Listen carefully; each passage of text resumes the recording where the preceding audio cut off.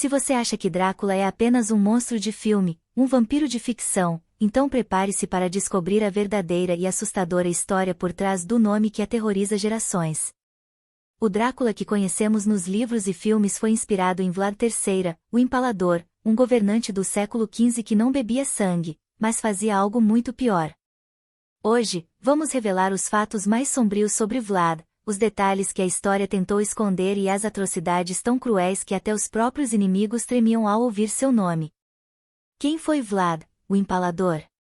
Vlad III nasceu em 1431, na região da Valáquia, atual Romênia. Seu pai era membro da Ordem do Dragão, uma sociedade secreta cristã que lutava contra o Império Otomano. Por causa disso, Vlad foi criado no meio de traições, guerras e conspirações. Quando jovem, ele e seu irmão foram capturados pelos turcos e cresceram como prisioneiros, sendo educados pelos próprios inimigos. Mas algo aconteceu nesse período. Algo que mudou Vlad para sempre. Quando foi libertado, ele não era mais o mesmo. Ele tinha aprendido sobre o medo, a dor e o poder da crueldade. E quando finalmente assumiu o trono da Valáquia, começou seu reinado de terror. O apelido O Empalador não foi à toa. Vlad criou um método de execução tão cruel e doloroso que se tornou temido em toda a Europa, o empalamento.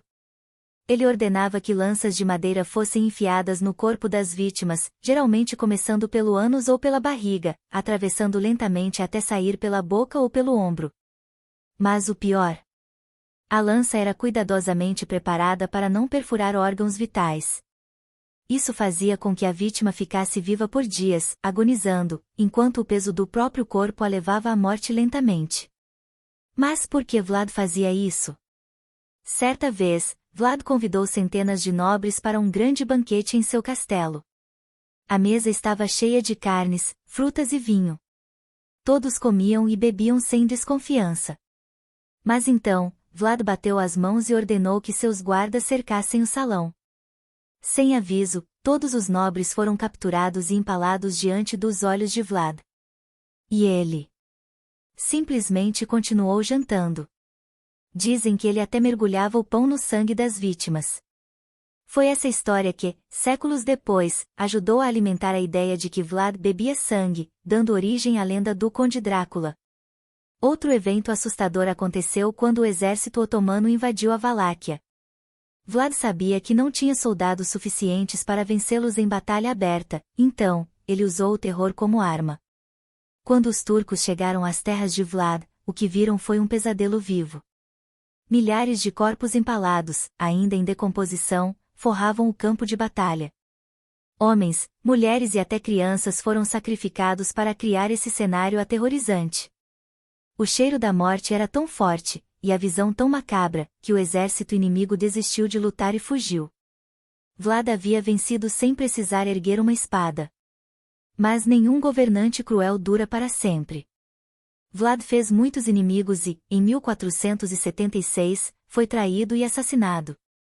Sua cabeça foi decepada e enviada para o sultão do Império Otomano, que a exibiu como troféu. Mas aqui está um mistério: ninguém nunca encontrou o corpo de Vlad. Seu túmulo foi aberto anos depois e estava vazio. E assim nasceu o mito. Anos depois, um escritor irlandês chamado Bram Stoker criou o personagem Conde Drácula, inspirando-se nos relatos sobre Vlad. Mas ele não apenas usou Vlad como base, ele também pesquisou histórias sobre demônios sugadores de sangue e criaturas da noite. O nome Drácula veio da própria família de Vlad. Seu pai era chamado de Vlad, o dragão, e Vlad III herdou o nome, sendo chamado de Draculeia, que significa filho do dragão. Mas em romeno, a palavra Drac também pode significar demônio. E assim, Vlad se tornou Drácula, o Senhor das Trevas. A verdade é que Vlad foi um dos líderes mais temidos da história. Para uns, ele foi um monstro sanguinário, para outros, um herói que protegeu sua terra com mãos de ferro. Mas uma coisa é certa: o verdadeiro Drácula não precisava de presas para ser um pesadelo vivo. E agora eu te pergunto, Vlad, o Empalador, foi um rei cruel ou um gênio do medo? Comente sua opinião, curta o vídeo e se inscreva no canal para mais histórias macabras. Nos vemos no próximo vídeo.